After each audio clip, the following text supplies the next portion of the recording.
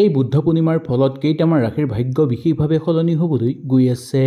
এই ৰাশিৰ জাতক জাতিকাসকলে কৰ্মক্ষেত্ৰত সুযোগ সুবিধা লাভ কৰিব পাৰিব, প্ৰচুৰ পৰিমাণে অৰ্থৰ আগমন হ'বলৈ ধৰিব আপোনালোকৰ ঘৰত আৰু নতুন নতুন সুযোগ সুবিধা লাভ কৰিব।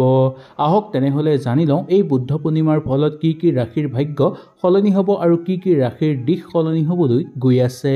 যদি ভিডিঅ'টো ভাল লাগে লাইক এটা কৰি আমাৰ মনোবল বঢ়াব আৰু আপোনালোকৰ বন্ধুবৰ্গৰ লগত শ্বেয়াৰ কৰি তেওঁলোককো উপকৃত কৰিব। 1 নম্বৰ ৰাশিটো হ'ল মেঘ ৰাশি। মেঘ ৰাশিৰ জাতক জাতিকাসকলে আকস্মিকভাৱে অৰ্থ উপাৰ্জন কৰিব পাৰিব বা অৰ্থ লাভ কৰিব পাৰিব। কৰ্মক্ষেত্ৰত আপোনালোকৰ পদোন্নতি হ'বলৈ গৈ আছে আৰু আজিৰ দিনৰ পিছৰ পৰা আপোনালোকৰ অনুকূল প্ৰভাৱ দেখিবলৈ পাব। আগৰ যদি কিবা সমস্যা চলি আছিল সেই সমস্যাবোৰো আপোনালোকৰ নোহোৱা হৈ পৰিব। জীৱন সংগীৰ লগত আপোনালোকৰ আন্তৰিকতা বৃদ্ধি পাবলৈ ধৰিব আৰু ভালপোৱা গভীৰ হৈ পৰিবলৈ ধৰিব। আৰ্থিক অৱস্থা আপোনালোকৰ শুভ হৈ পৰিব। আপোনালোকৰ ওপৰত মংগলৰ শুভ প্ৰভাৱ পৰাৰ ফলত আপোনালোকৰ এই বুদ্ধ পূৰ্ণিমাৰ পিছৰ পৰাই আপোনালোকৰ জীৱনৰ দিশ সলনি হৈ পৰিবলৈ গৈ আছে। কৰ্মত নতুন বাট দেখিবলৈ পাব আৰু বন্ধুবৰ্গৰ পৰা পূৰ্ণ সহযোগিতা আপোনালোকে লাভ কৰিব পাৰিব। ঘৰলৈ কিবা বস্তু অহাৰ সম্ভাৱনা আছে আৰু কৰ্মক্ষেত্ৰত আপোনালোকৰ উন্নতি বৃদ্ধি পাবলৈ ধৰিব। পইচাৰ কাৰণে ইমান আপোনালোকৰ কষ্ট নহ'ব।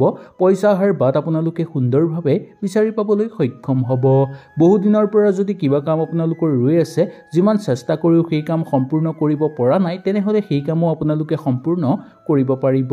ইয়াৰ পিছতেই ক'ব লাগিব যে মামলা মোকদ্দমাৰ লগত জড়িত হৈ থকা লোকসকলেও জয়ৰ সম্ভাৱনা দেখিবলৈ পাব। আকস্মিকভাৱে আপোনালোকৰ ঘৰলৈ অৰ্থৰ আগমন হ'ব আৰু লগতে ভাল খবৰ অহাৰ সম্ভাৱনাও দেখিবলৈ পোৱা যাব। যিকোনো ক্ষেত্ৰত যদি আপোনালোকে আগভাগ ল'ব বিচাৰে ল'ব পাৰিব নিঃসন্দেহভাৱে। 2 নম্বৰটো হ'ল বৃষ ৰাশি। বৃষ ৰাশিৰ জাতক জাতিকাসকলৰ ওপৰত শুক্ৰৰ শুভ প্ৰভাৱ পৰিবলৈ গৈ আছে। এই বুদ্ধ পূৰ্ণিমাৰ ফলতেই আপোনালোকৰ ঘৰত প্ৰচুৰ পৰিমাণে অৰ্থৰ আগমন হ'ব আৰু কেউৰ ফালৰ পৰা আপোনালোকৰ লাভ বৃদ্ধিৰ যোগ দেখিবলৈ পোৱা যাব।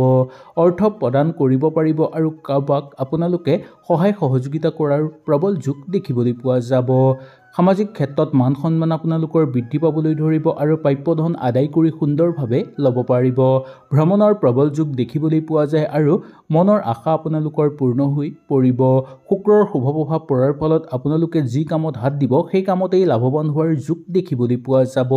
নতুনকৈ আৰ্থিক ক্ষেত্ৰত যদি কিবা কাৰণত আপোনালোকে আগভাগ ল'ব বিচাৰে তেনেহ'লেও সুন্দৰভাৱে আপোনালোকে ল'ব পাৰিব। ইয়াৰ ফলত আপোনালোকৰ যথেষ্ট উন্নতি হ'বলৈ ধৰিব। ঘৰুৱা পৰিৱেশ শুভ হৈ পৰিব। আত্মীয়ৰ লগতো আপোনালোকৰ সম্পৰ্ক অনুকূল হৈ পৰা দেখিবলৈ পোৱা যাব। ৰাজনৈতিক ক্ষেত্ৰত আপোনালোকৰ সুফল দেখুৱাব পাৰিব। আপোনালোকৰ ঘৰলৈ ৰাজযোগ অহাৰ সম্ভাৱনা দেখিবলৈ পোৱা যাব আৰু কিছুমান কামত যদি আপোনালোকে বিফল হৈ আছিল তেনেহ'লে আনৰ সহায়ৰ যোগেদি আপোনালোকে সেই কাম সফলভাৱে সম্পাদন কৰিব পৰাৰ প্ৰবল যোগ দেখিবলৈ পোৱা যায়। 3 নম্বৰটো হ'ল সিংহ ৰাশি। সিংহ ৰাশিৰ জাতক জাতিকাসকলৰ ওপৰত ভাল সময় আহি পৰিছে বুলি ক'ব পৰা যায়। এই বুদ্ধ পূৰ্ণিমাৰ পিছতেই আপোনালোকৰ ঘৰলৈ শুভ প্ৰভাৱ নামি আহিব। চাকৰিয়ালসকলৰ পদোন্নতিৰ যোগ দেখিবলৈ পোৱা যায়। ব্যৱসায়টো আপোনালোকে লাভৱান হ'ব পাৰিব। আৰ্থিক ক্ষেত্ৰত উন্নত যোগ দেখিবলৈ পোৱা যায়। আৰ্থিক ক্ষেত্ৰত বিভিন্ন ক্ষেত্ৰৰ পৰা আপোনালোকে সুযোগ সুবিধা লাভ কৰিব পাৰিব। বহুদিনৰ পৰা যদি ঘৰত বেমাৰ আজাৰ কাৰোবাৰ হৈ আছিল সেই বেমাৰ আজাৰো নোহোৱা হৈ পৰিব বা কিছু পৰিমাণে কম হৈ পৰা দেখিবলৈ পোৱা যাব। ব্যৱসায়িক নতুন চুক্তি স্বাক্ষৰ কৰাৰ সম্ভাৱনা আপোনালোকৰ দেখিবলৈ পোৱা যাব। নতুনকৈ কিবা কাম হাতত ল'ব বিচাৰিলে আপোনালোকে সুন্দৰভাৱে ল'ব পাৰিব। শনিৰ শুভ প্ৰভাৱ পৰিব আপোনালোকৰ ওপৰত, যাৰ ফলত আপোনালোকৰ সকলো মনৰ আশা পূৰ্ণ হৈ পৰিব। বহু বছৰৰ পৰা ৰৈ থকা কাম আপোনালোকৰ সম্পাদন হৈ পৰিব আৰু সকলো ফালৰ পৰা আপোনালোকে সহায় সহযোগিতা সকলোৰে পৰা লাভ কৰিব পাৰিব। আৰ্থিক ক্ষেত্ৰত আপোনালোকৰ উন্নত যোগ দেখিবলৈ পোৱা যায়। ঘৰ গাড়ী কিনাৰ প্ৰবল যোগ আপোনালোকৰ দেখিবলৈ পোৱা যাব। আপোনালোকৰ ঘৰুৱা পৰিৱেশ সুখময় হৈ পৰিব। ঘৰত হাই কাজিয়া নোহোৱা হৈ পৰিব আৰু জীৱন সংগীৰ লগত আপোনালোকৰ সময় সুমধুৰ হৈ পৰাৰ প্ৰবল যোগ দেখিবলৈ পোৱা যায়।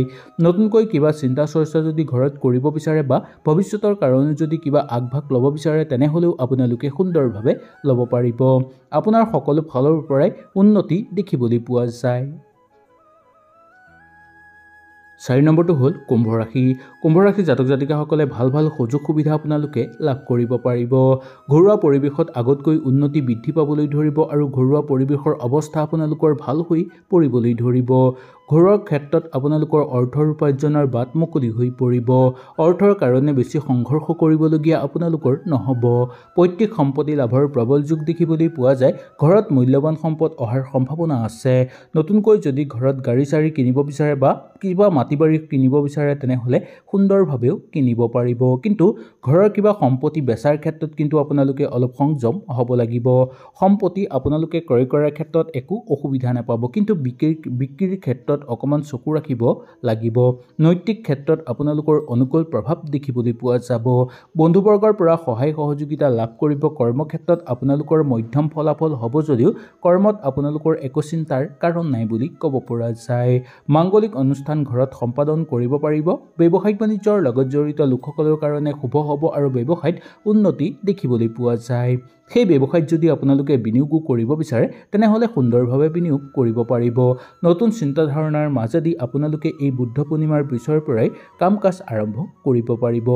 ঘৰুৱা কিছুমান কৰ্মত আপোনালোকৰ মানদণ্ড বৃদ্ধি পাবলৈ ধৰিব, যাৰ ফলত ঘৰত সন্মানো আপোনালোকৰ বৃদ্ধি পাবলৈ ধৰা দেখিবলৈ পোৱা যাব। 5 নম্বৰটো হ'ল মীন ৰাশি। মীন ৰাশিৰ জাতক জাতিকাসকলৰ ধন সম্পত্তিয়ে ভৰপূৰ হৈ পৰিব। শুক্ৰৰ শুভ প্ৰভাৱ পৰাৰ ফলত মীন ৰাশিৰ জাতক জাতিকাসকলৰ আৰ্থিক অৱস্থা আগতকৈ উন্নত হৈ পৰিব। নতুনকৈ কিবা ঘৰত সম্পদ অহাৰ সম্ভাৱনাও দেখিবলৈ পোৱা যাব। কিছুমান মূল্যৱান সম্পদ আপোনালোকে ঘৰলৈ ক্ৰয় কৰি আনি ৰাখিব পাৰে। এই বুদ্ধ পূৰ্ণিমাৰ পিছৰ পৰাই আপোনালোকৰ বেয়া সময় অন্ত হৈ পৰি ভাল সময় আৰম্ভ হ'বলৈ গৈ আছে। মন মগজুৰ পৰা আপোনালোকৰ অশান্তি ভাৱ দূৰ হৈ পৰিব আৰু মানসিক শান্তি বৃদ্ধি পাবলৈ ধৰিব। ঘৰত অৰ্থ অহাৰ বাট মুকলি হৈ পৰিব বা ঘৰত অৰ্থৰ আগমন হ'ব। অফিচ বা কৰ্মক্ষেত্ৰত আপোনালোকৰ সহকৰ্মীৰ লগত থাকোঁতে আনন্দিত অনুভৱ কৰিব আৰু সহকৰ্মীৰ লগত সুন্দৰভাৱে সময় অতিবাহিত কৰিব পাৰিব। কৰ্মক্ষেত্ৰত আপোনালোকে কৰিব পাৰিব সুন্দৰভাৱে। অংশীদাৰী কৰ্মক্ষেত্ৰত আপোনালোকৰ একো বেয়া দেখিবলৈ পোৱা নাযায়, তথাপিও অকণমান চকু ৰাখিবলৈ চেষ্টা কৰাটো উচিত। সংগীৰ লগত থাকোঁতে আপোনালোকৰ অনুকূল প্ৰভাৱ আৰু সংগীৰ লগত ক'ৰবালৈ ফুৰিবলৈ যোৱাৰ যোগ দেখিবলৈ পোৱা যাব পাৰে। কাৰোবাৰ প্ৰতি আপোনালোকৰ আন্তৰিকতা বৃদ্ধি পাবলৈ ধৰিব, যাৰ ফলত আপোনালোকৰ একো অসুবিধা নহ'ব, বৰঞ্চ উন্নতিহে দেখিবলৈ পোৱা যাব। চৰকাৰী চাকৰিৰ লগত জড়িত লোকসকলৰ পদোন্নতিৰ যোগ দেখিবলৈ পোৱা যায়। কিবা কাৰণত আপোনালোকে সামাজিক ক্ষেত্ৰৰ পৰা যদি পৃথক হৈ আছিল তেনেহ'লে এই বুদ্ধ পূৰ্ণিমাৰ পিছৰ পৰাই সামাজিক ক্ষেত্ৰত নিজকে প্ৰতিষ্ঠিত কৰি আপোনালোকে তুলিব পাৰিব। নতুনকৈ আপোনালোকে ঘৰত যদি কিবা সম্পদ ক্ৰয় কৰিব বিচাৰে তেনেহ'লেও সুন্দৰভাৱে সম্পদ ক্ৰয় কৰিব পাৰিব। কিছুমান মূল্যৱান সম্পদ ক্ৰয় কৰাৰ ক্ষেত্ৰত খুব সাৱধান হ'ব। ঘৰৰ মানুহৰ পৰামৰ্শ অকণমান ল'বলৈ আপোনালোকে চেষ্টা কৰাটো উচিত বুলি ক'ব পৰা যায়। হয়তো এই ভিডিঅ'টোৰ যোগেদি আপোনালোকে সুন্দৰভাৱে বুজি পালে। যদি কিবা অসুবিধা পালে নিশ্চয় মোক তলত কমেণ্ট কৰি জনাব। তেনেহ'লে আজিলৈ আপোনালোকৰ ওচৰৰ পৰা বিদায় লৈছোঁ। কালিলৈ পুনৰ আপোনালোকক লগ পোৱাৰ প্ৰতিশ্ৰুতিৰে আজিলৈ নমস্কাৰ।